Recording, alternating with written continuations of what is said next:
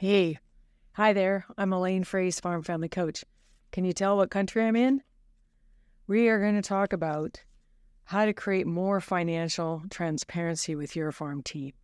And this is one of the huge bulls in the middle of the room that everybody knows is there, but they don't want to talk about it. And recently in one of our coaching calls, it came to light from one of our farm families, and she was blown away about finding out and discovering why her 50-year-old son was so angry. And he was angry because he doesn't know anything about the cash flow, the net worth, the financial well-being of his family's farm. And he went away and started another career and was hoping to come back at some point. But now time's gone by and he's in his another career. And he said, you know what, I've never known. How are you doing? How's the farm doing? What do you need for income streams? What's your life going to look like, Mom and Dad, as you age in place on this farm?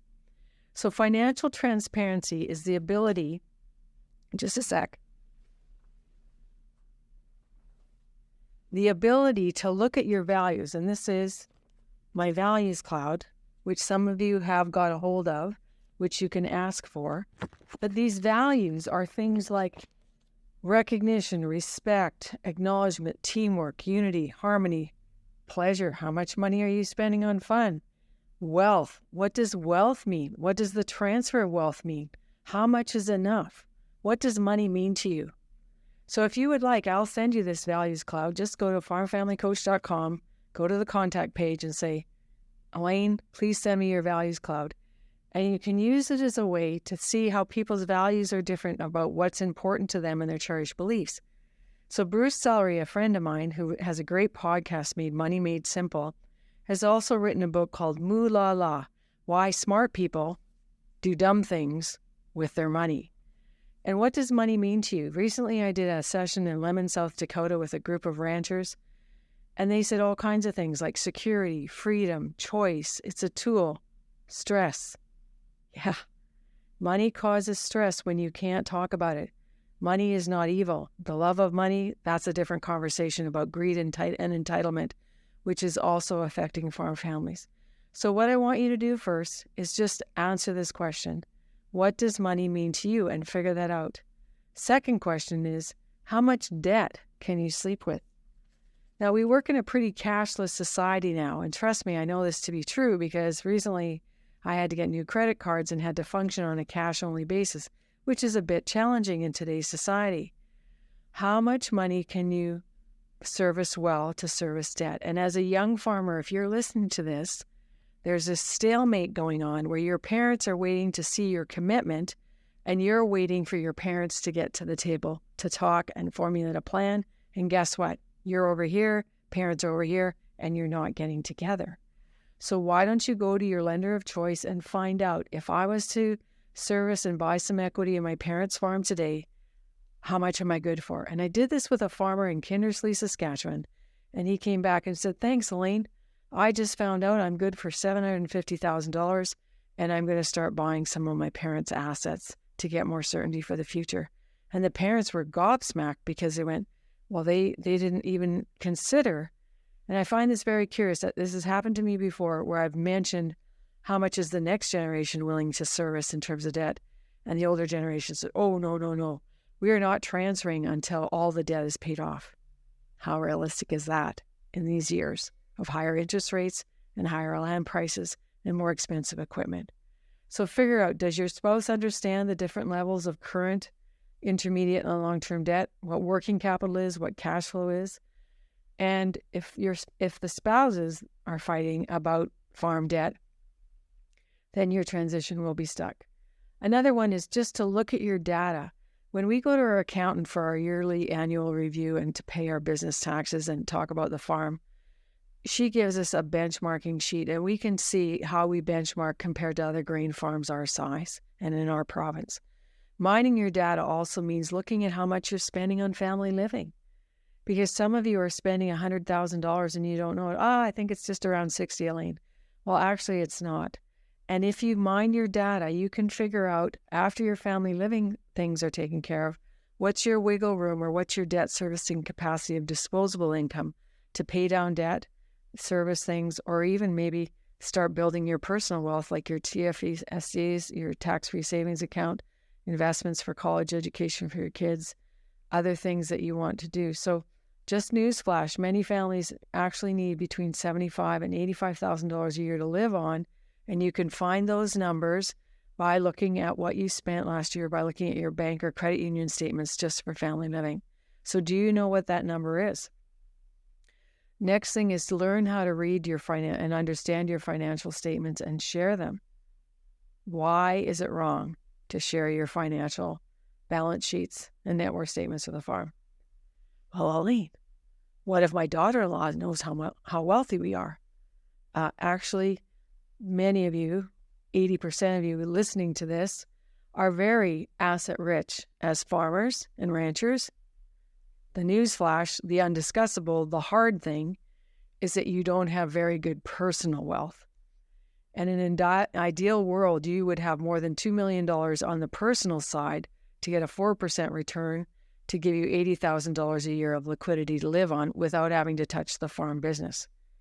And again, at this recent workshop that I did in Lemon, South Dakota, a farm credit person was there, and she said she suspects about 10 to 20% of her clientele does have adequate personal net worth and wealth for liquidity, farm financial liquidity on a personal basis, and 80% do not. So those statements, your daughter-in-law needs to know the pain of not knowing things is causing a lot of stress and a lot of tension, and that's not good for the health of your family, as I said at the opening, or the health of your family.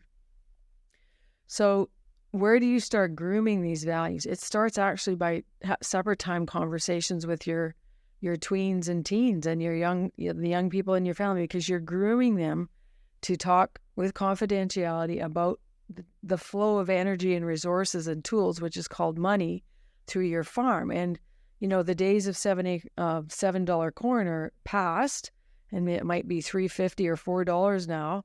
But what happens is you're still hoping for the $7 corn days to come back, and the reality is we're in a different time and place in marketing and money revenue right now. And the cattle people, same thing. They're used to having cattle cycles, and there's a lot of people that are letting go of their cattle inventory right now because of the prices being so good, and they know that may not last forever. Well, actually, it's not, right?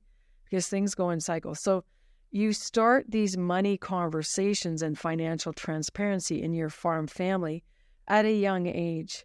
And I gave my son a book for Christmas around the Bank of Dad, where Dad uses Saturdays as a day to actually be a bank with his children, to start exchanging money and lending money and paying money for chores, but just to get comfortable about talking about money.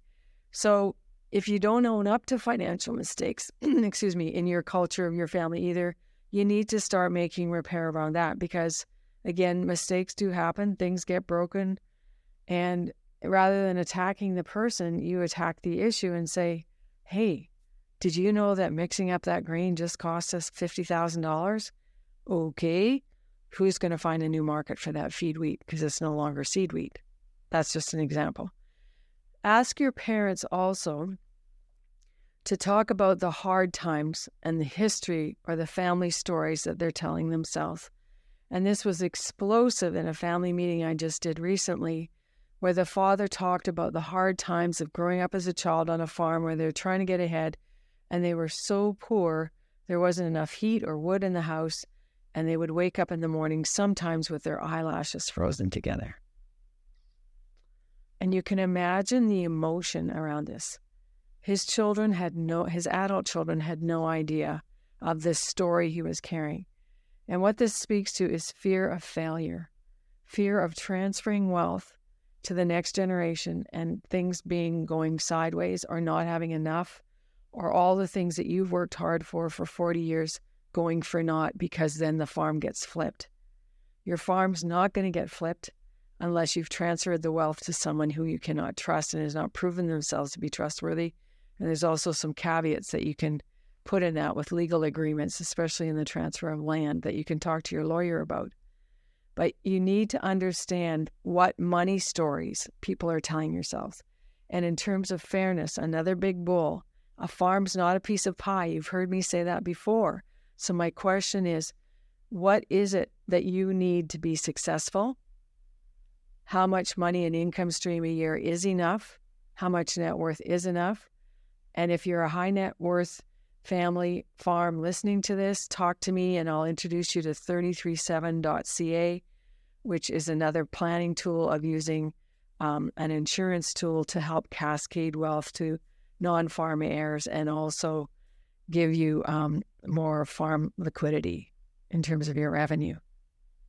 All of these things we're talking about are tools, but you won't know what the tools are unless you start having the conversations with your family and you start having the conversations with your financial planner.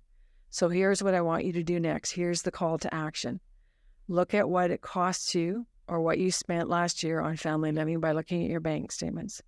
Talk to your spouse about your current debt load and how much money they're comfortable sleeping with a night in terms of running your farm. Set a date for a family meeting to give an overview of where the current reality of the finances of the farm here are. Because there are many farm moms and dads my age in their late 60s and early 70s who are embarrassed and humiliated because they don't have the liquidity on the personal side that they hope to have because everything has keep going back into the farm and now they're sitting waiting. Do you think he'd be able to buy something from us to give us some money for our next reinvention phase or retirement or being able to step back or for a new house in town? Because I don't want to be on Grand Central Station anymore. I'm 73 years old. It's time to let the next generation carry the torch. Whatever you're thinking, feeling, needing, or wanting, you can share it with a talking stick, a flip chart, and an agenda of how you can help create more financial transparency in your farm team.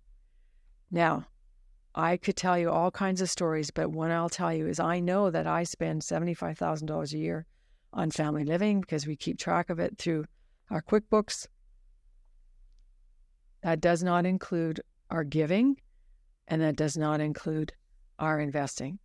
But we're at a different age and stage now than you are if you're a young farmer struggling to pay bills, wanting to manage some debt, and wondering how is this ever all going to work out because nobody around this farm wants to talk about money. And that stops now. See you next time.